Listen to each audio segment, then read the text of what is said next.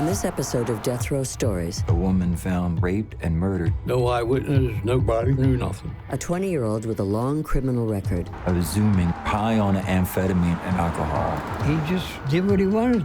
lies to police and seals his fate. He talked himself into a murder charge. Nicholas was his own worst enemy. Sentenced to death, only science can save his life. I read about DNA testing. He knew it cold. But a life of crime haunts his appeals. I felt guilty for who I was, but I wasn't guilty of murder. There's a body in the water. He was butchered and murdered. Many people proclaim their innocence. In this case, there are a number of things that stink. This man is remorseless. He needs to pay for it with his life. The electric chair flashed in front of my eyes. Get a conviction at all costs. Let the truth fall where it may.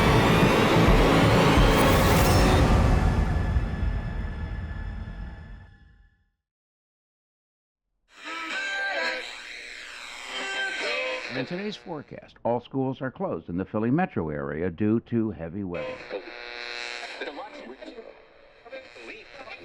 I was in my office, and I got a phone call from a lady that said her son and another boy were walking through the church parking lot, and there's something laying in the church parking lot, and they didn't know what it was. I said, okay, I'll be right over. By the time I got over to the scene, it was all snow. I pulled up there in the parking lot, and I could tell it looked like a body, so I couldn't face and cleaned her off. Then I knew who she was. It was Linda Craig. Linda Mae Craig, a 32-year-old mother of 3, had been reported missing by her husband the night before. She was found raped, beaten, and stabbed to death. I called CID, Criminal Investigation Division of Delaware County. Where the church is in the parking lot, there's 3 apartment complexes. Anyone around there knocking on doors, if anybody looked out, they could see it. But no. No eyewitness, nobody knew nothing. The case of Linda Mae Craig's murder would go cold for more than 4 weeks.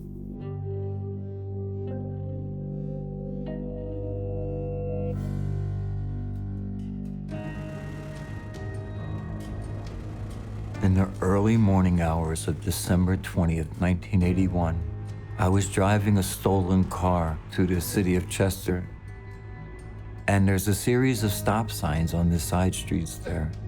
I didn't notice one of the signs and went through it. When I did, Officer Benjamin Wright in his patrol car puts on his lights and he zooms up behind me. I pulled the car over. I didn't even know the radio was on, and yet the radio was blasting.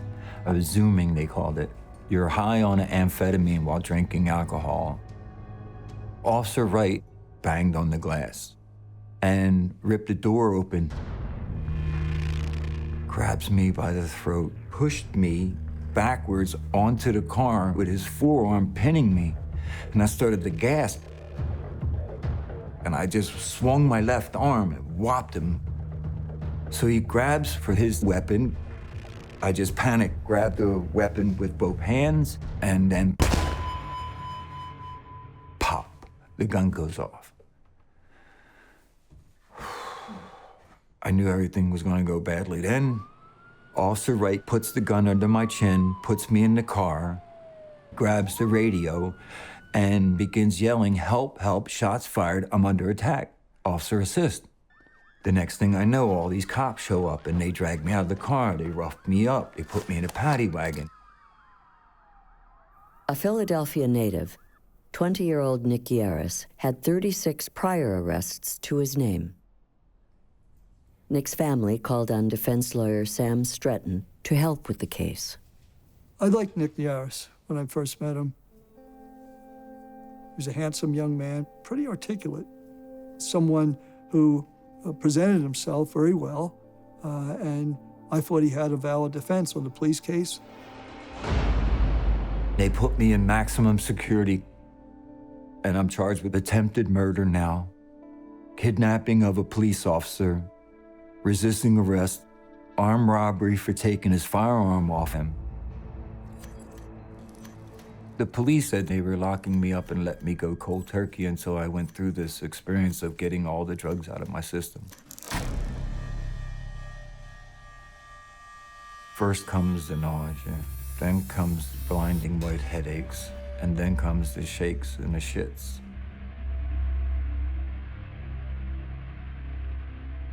You just hug yourself and try and make it go away. Left in his cell with nothing but a mattress and a sheet, Nick noticed an old newspaper crumpled up in the corner. I saw this story about the murder of Linda Mae Craig, a woman found, but police were baffled by what happened. Nick had this bright idea that he could give information about who killed Miss Craig. He thought that would help him. Desperate to get out of solitary, Nick concocted a story to try to gain the goodwill of police. I told them that a guy in my neighborhood, Jimmy, told me that he committed this crime. Now I'm thinking if I can put Jimmy at the scene of the crime and that he later confesses to me, that's good enough for me to then turn them on to Jimmy, who's dead, died of a drug overdose. It was the first real lead for investigators in the Craig murder. I go to the warden's office. He's like, get him out of the handcuffs, put me in the lounge chair, get me a Coca-Cola. I'm like the kid of the year. But Nick's story of Jimmy's involvement in the crime was easily disproved when police visited Jimmy's workplace. All of the detectives went to Philly, and they talked to his boss and all. They said he never missed no time. He had a tight alibi. You see, Jimmy's not dead at the time. His brother died of a drug overdose. And in my confusion, I get the brothers mixed up. If Nick had kept his mouth shut and stopped trying to outsmart the police, he wouldn't have been charged. He thought he had a bright idea, and essentially he talked himself into a murder charge. Nick was interrogated for 4.5 hours. They kept saying that you're so sick. Everybody we talk to hates you. That hurt, because it was true. And so I felt guilty for who I was, but I wasn't guilty of murder. When Nick was returned to his cell, he saw only one way out. And I felt so low, I took a sheet, I wrapped it around the top part of the radiator. I stood on the toilet and I jumped off.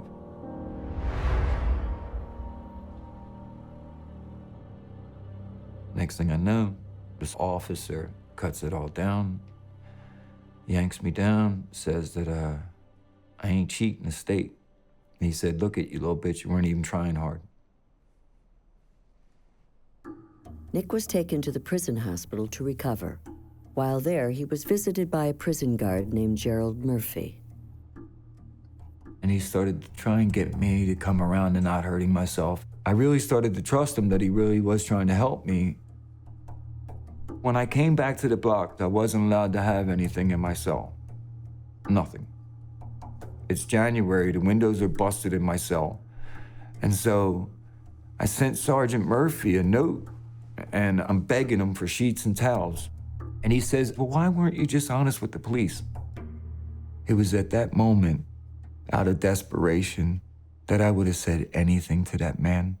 I said to him, what if I did like part of the crime, but I didn't commit the murder? Do you think the police would let me go then? He asked me, did I mean the rape? And I nodded. And he was like, wow, that would get you some real help. So I bartered for some prison clothes and some sheets and towels by saying that I was part of a crime that I wasn't. I was taken back down to the Criminal Investigations Division, and I was charged with the rape and murder of Linda Mae Craig, a woman I never met in my life.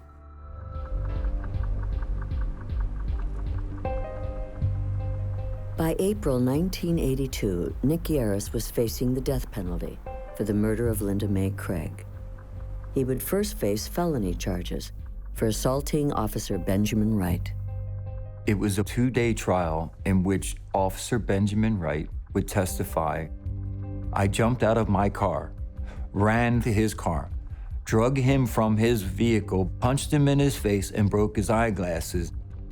Then he said that I reached down and took his gun off him and pistol whipped him, and that I was pulling him back to my car to murder him. The officer's testimony was not very credible.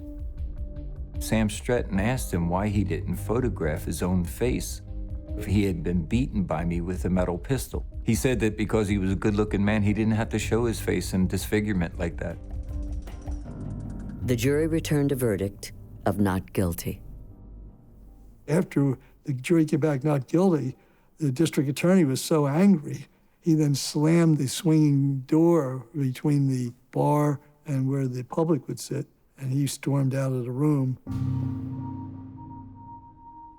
Nick would now face the death penalty for the murder of Linda Craig. Neuropsychologist Dr. Carol Armstrong was hired to examine Nick. Defense attorneys, based on my findings, they're looking for any red flags in a person's history, development, behavior, ability to assist them in their defense. If something is neurologically caused because parts of the brain were damaged, person can't control that. At the age of 7, I was physically assaulted by a man who hit me in the head with a field stone. Once you have a head injury, life is never the same. Nick had head injuries that were quite significant at 7 years of age, in which he had loss of consciousness. Having it at 7 years of age, of course, changes the trajectory of his life because the brain has not finished forming.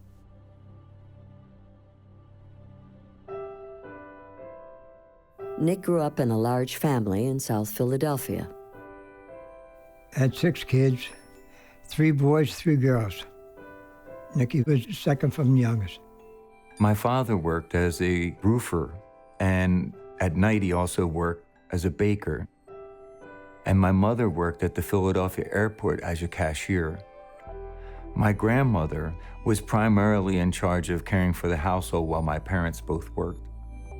She had a motivation stick, she used to call it, which was her broom. You got up for school with that motivation stick. But that was so funny that a 4'6" woman would beat on you with a broom. Nicky was all right until he started getting in his teenagers, you know, running with different people and all. Then he started getting wild, you know. I mean, he wasn't no angel. He was smoking pot and stuff like that. I was at a party when I was 10 years old, and I drank a bottle of beer and then pot. And then everything opened up.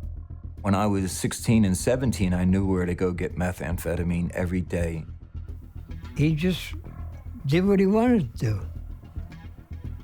But I know he had got locked up a couple times. Between the ages of 14 and 17, I was convicted of various crimes for like burglary and stuff like that. Just a normal, healthy adolescent makes a lot of poor decisions, and when you have brain injury involved, those behaviors can become severely abnormal and could actually impede his ability to think about the consequences of what one is doing. I was finally diagnosed with a brain disorder. I never knew I was walking around with a ticking time bomb in my head. Now held in solitary, just days away from his death penalty trial, Nick was given a new neighbor. Charles Catalino was placed in the cell next to me. He was pseudo-checking in on my welfare. Nick, you okay? Trying to lure me into conversation. Charles Catalano provided testimony in other cases, but we didn't know the extent of it at the time. It certainly would be of interest to a jury when you have a professional informant on the witness stand.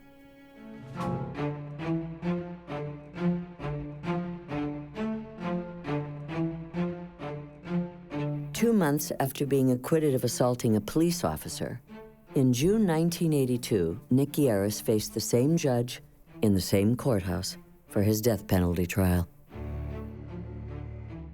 The prosecution had a very weak case. No physical evidence, no fingerprints, no clothing, nothing that belonged to Nick. Witnesses from the mall allegedly saw him stalking the victim a week before. No one saw the killing or stabbing or even the kidnapping. The prosecution's case hinged on a theory that Nick killed Linda Craig because she resembled his former girlfriend, who'd broken up with Nick just weeks before the murder. The prosecutor encouraged my girlfriend, Terry, to change her hair and to come into court with a mature woman's clothing, and they brought a 20-year-old girl into court and tried to make her look like Mrs. Craig. I thought it was absolutely totally irrelevant. So what? If you're going to kill someone, then go out and kill your old girlfriend. You don't go out and find a look-alike. It made no sense to me. Prison guard Gerald Murphy, who counseled Nick after a suicide attempt, was called to the stand. Gerald Murphy testified that I confessed to the rape of Mrs. Craig. But I said, then what if I did, part of the crime, but I didn't commit the murder? I asked him a hypothetical question, not that I did it. Murphy's testimony hurt him with the jury because, if believed, it would be a confession of participating in criminal activity against this poor woman. It all came down to Nick and his big mouth and what he said in jail. To offset the prosecution's claims, Sam Stratton concentrated on Nick's alibi. He had a strong alibi defense. I thought we had family and friends and other people testified he wasn't there, didn't do it. At 3:05 p.m., 1 hour before Mrs. Craig's attack, I was 25 miles away paying my mom's phone bill at the PNC Bank. A receipt was produced and presented at trial showing that. My parents and my sister testified that between 4:30 and 5:30, I was home having dinner. The prosecution said that it was possible for me to abduct Mrs. Craig at 4:05 p.m., to drive her around, rape her, dump her, and somehow make it back to be home at about 4:30. On the stand, jailhouse snitch Charles Catalano said Nick's alibi was untrue and that Nick had openly confessed to committing the murder. Charles Catalano, who was recruited by the Delaware County District Attorney's Office, said that I confessed to him that my family, who were an unbeatable alibi, were lying for me. No witnesses, no weapon, no fingerprints. There was no evidence at all. I never thought that they could convict a person with no evidence. I stood up with the rest of the courtroom when the jury entered. Once they were seated, they read out their verdict. They found me guilty. I was very shocked when the verdict of guilty came back. I honestly thought he should have won the case. I still believe that, based on the evidence that was presented. The verdict was handed down late in the day. As for Nick's punishment, instead of giving the defense time to prepare, the judge demanded Sam Stratton immediately start arguing for Nick's life. He put my mom on the stand. She was breaking down. She was pleading for my life. And every time she tried, the humiliating leader told her, that's not relevant. And she kept saying, but why isn't it? I cleaned his clothes. I cooked for him. If that boy did this murder, I'd put him to death myself. And she wasn't making sense. So I told Sam, that's enough. Get her down, man. And then the jury came back maybe an hour or two later with a verdict of death.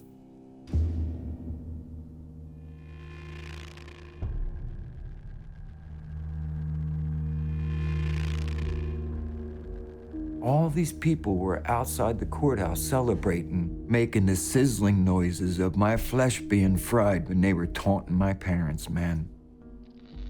That's low.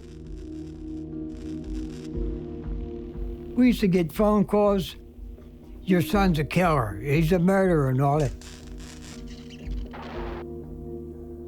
There's nobody, like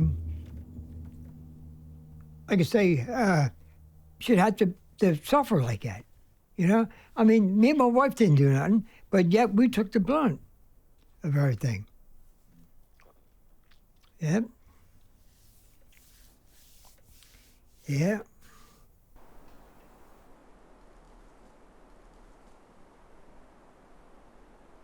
On January 25th, 1983, Nick was placed on death row at Pennsylvania's Huntington Correctional Institution. I was securely locked down 23 hours a day, and then I began what would become thousands of days in a row of solitary confinement. Nick's appeals were taken over by attorney Joseph Bullen, who soon noticed that Nick had been sentenced to death just hours after his conviction. There was an issue in the death penalty phase of his trial. With Nick's immediate appeal to the Supreme Court, the penalty phase was so defective. That's what got him another look at the case. This is a rarity. I had so much hope. I couldn't believe my luck. Nick had a strong case. And had that remand going forward, he had a shot to be acquitted of guilt, but that never happened. Nick would never appear at that hearing. Instead, he escaped. On February 15th, 1985, Nick was being transported to an appeal hearing that could result in a new trial. It was bitterly, bitterly cold outside, and I had on just a prison shirt and trousers. But as we drove along the highways down towards the court area, I was actually full with hope for once. Along the I-76 corridor, Nick's police escort pulled over at a rest stop. I finished using the toilet. The officer behind me went in himself. The officer at the car was smoking a cigarette, and as I'm coming towards him, that's when he pulls the gun out. He thought I overpowered his partner and fired right on the spot. Boom! And I just oh, I gotta go. The police told a different story. Their report stated, on February 15th at 5 p.m., the Delaware County Sheriffs stopped at the Hess station in Exton, Pennsylvania. When Nick came out of the restroom, he eluded the deputies and ran towards Route 30.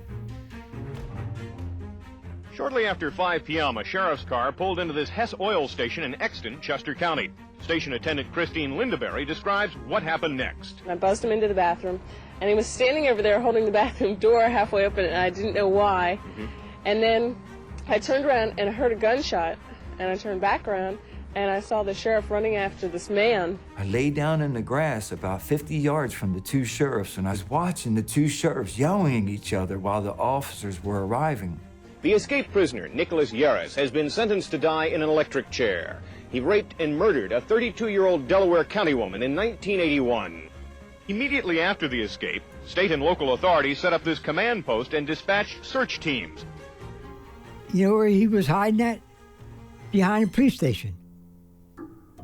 There had been several reported sightings of Yarris tonight, but none had been confirmed. Eventually, I stole a 1965 Mustang, and I drove to Philadelphia.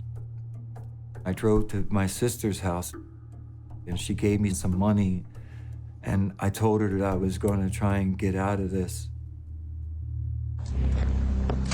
The intense manhunt for convicted death row inmate Nicholas Yarris involved dozens of state and local police departments. They spent last night and much of today combing parts of Chester County trying to track down the escaped killer who's considered extremely dangerous. I knew I was in trouble, being on the FBI's most wanted list.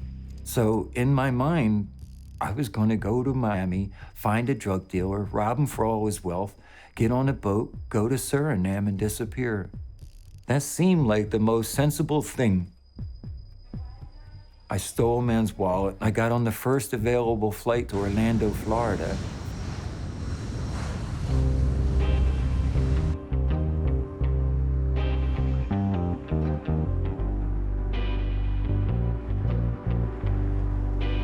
In Orlando, Nick stole a car and bought a gun. But his luck ran out when a passing patrolman spotted him sleeping in his car. When the officer looks down in the car and he sees the gun, he pulls out his weapon and he orders me out of the car. He takes me into custody. So I walked over and I picked up the telephone and I called my father. He said, I'm in Florida. I'm in jail. I said, what? I said, what happened? He said, I was sleeping in the car and the cops got me. He said, do me a favor. I said, what? He said, call the FBI agent. Tell him to come and get me, because if Delaware County comes there, they're going to shoot me. And that's what he was afraid of. The FBI calls up and I'm taken into custody. No one down there had any idea I was an escaped death row prisoner. They were shocked. When Nick was in Florida, he was prosecuted and sentenced to a 30-year tail on top of his death penalty. I realized that it was essentially time to close the file at that point. After 6 months in a Florida prison, Nick was extradited back to Pennsylvania's death row. When I came back to death row, I was pretty much done. With over 100 years of combined sentences and everything, I decided that I had to prepare for life on death row. I was going to just try to overcome the ugly persona that I had. I began to really work at educating myself, and I started off reading books. First, it was the dictionary, and every word that I fell in love with, and then it was just books and books and books and books. Nick also began studying the law and came across an article about a new development in forensic science. I read about this new science called DNA, and I was so blown away that I decided I was going to become the very first man in America on death row to seek DNA testing. Nick Yarris had been on death row for 6 years when he read about a science that might hold the key to proving his innocence. In 1988, I read the article in the newspaper about DNA testing.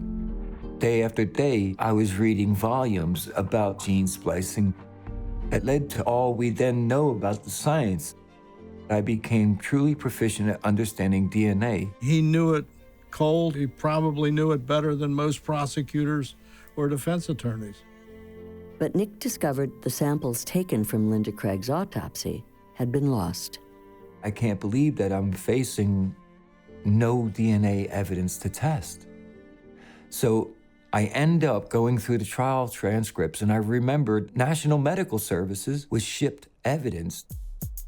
So I wrote him a letter, and the head of the laboratory writes me back and says, I do have evidence. I have well-preserved spermatozoa on fixed slides. Hallelujah. So I tell Joe Bolin, please, sir, don't tell the district attorney. Just get the evidence picked up and transported, because we already lost all the autopsy material. When Nick asked me to get some evidence and not tell the DA's office, that's where we had our disagreement. I saw no way that the DA's office was not going to be informed.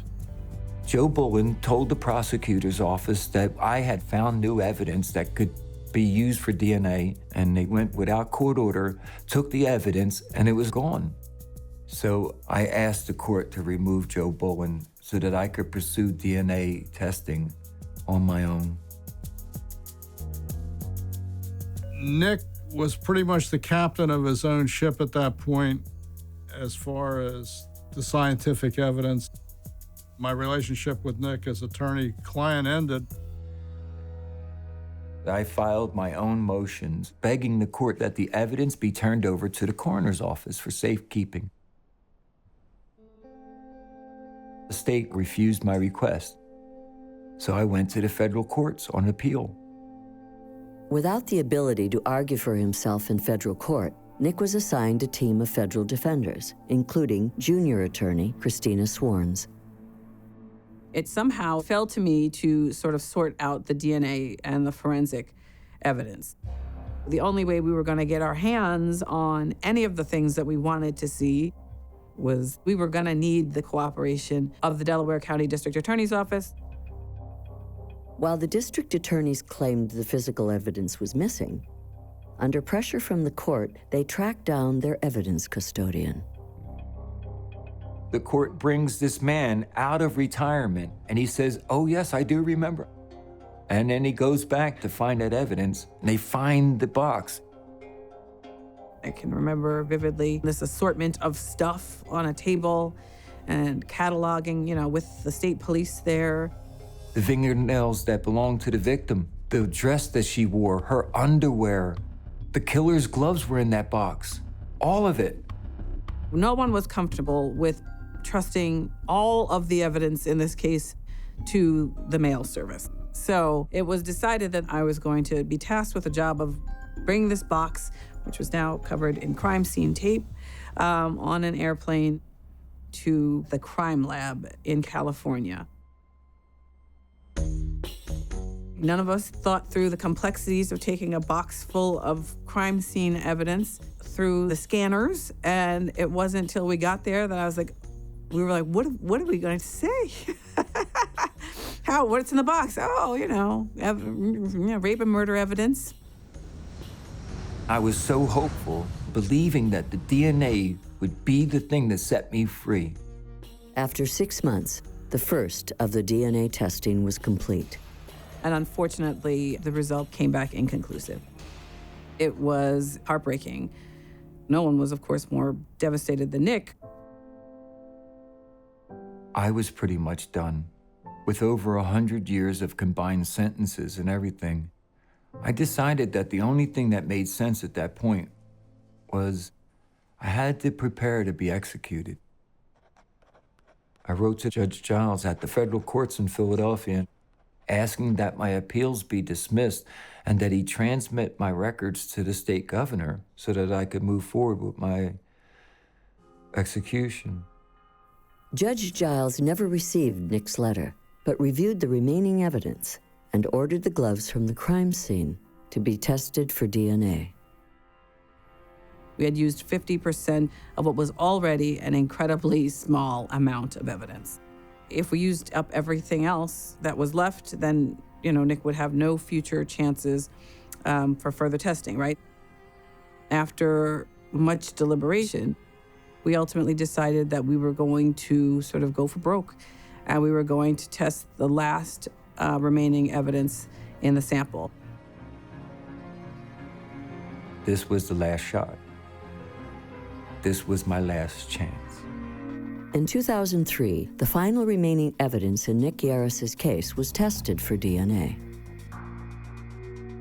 Without conclusive results, Nick faced certain execution. We went for broke, full exhaustion of all of the evidence.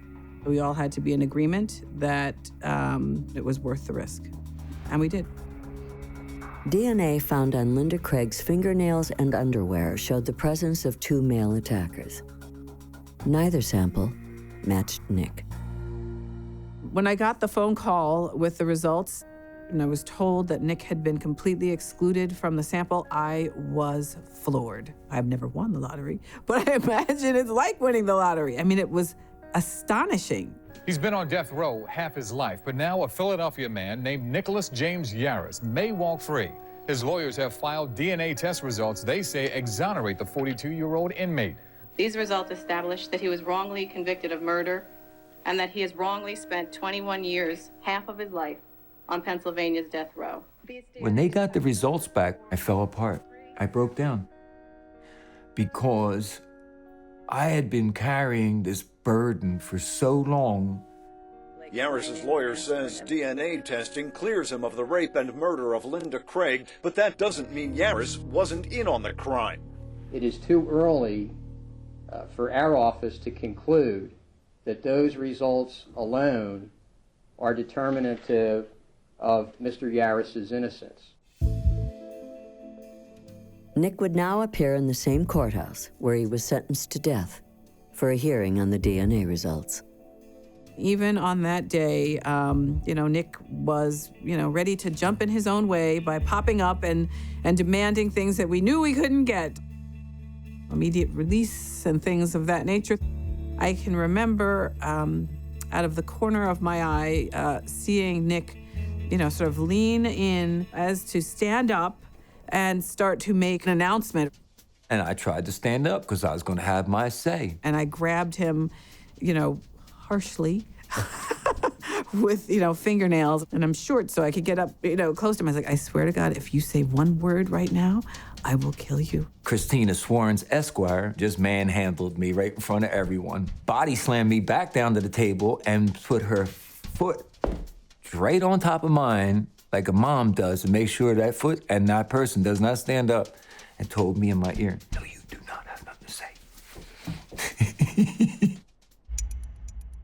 The judge vacated Nick's conviction and gave the prosecution 90 days to decide whether to retry the case.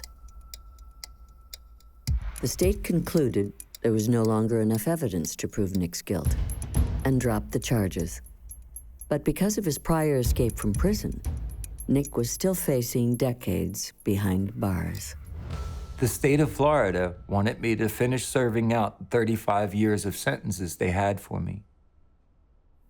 It took another 6 weeks, but the Florida district attorney reluctantly agreed to release Nick for time served.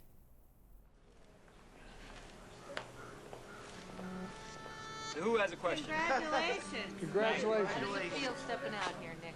I'm cold. When he got out of jail, me and my wife pulled up, and there was every television stations out in the grass plot. So I thought, oh my God almighty, what's going on here? My cell phone rang, and he was like, hey, Christina, it's Nick. And I was like, oh my God, you're out. It was just surreal, right? He was like, I'm on my way home. So it was a great moment. My parents and I ended up taking a 6-hour drive from Greene County Prison back to Philadelphia. Along the way, I realized that my parents, in this very sweet, innocent way, couldn't stop holding hands in the back seat. No matter what they went through, they never stopped being close. And I thought I damaged them. I thought the judicial system broke them. But they didn't. They still were in love right up to the end. Mr. and Mrs. Yarris, can we have a word, a quick word? Come on, Gina. Terry.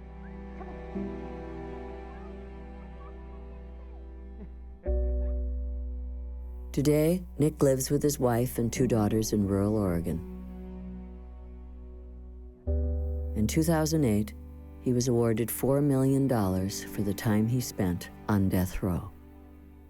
You wrestling? Yeah. Hey, Zara, wrestle time.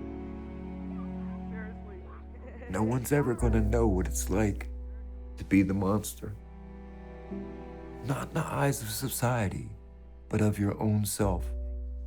And to somehow come back and find a way to love yourself is a real treat, because you truly can appreciate what you were then and who you truly try to be now. I knew I deserved some of the things done to me. And as such, I blame no one.